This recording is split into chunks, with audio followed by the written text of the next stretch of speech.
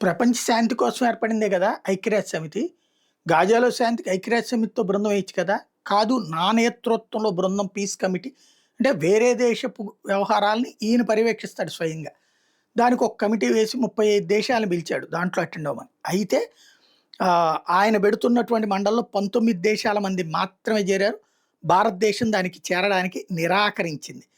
చేరతామన్న దేశాలు Qatar, Saudi Arabia, Argentina, Mongolia, Pakistan, Turkey, United Arab Emirates, Uzbekistan, Vietnam, Indonesia, Jordan, Albania, Armenia, Azerbaijan, Bahrain, Belarus, Bulgaria, Egypt, Hungary, Kazakhstan, Kosovo, Morocco.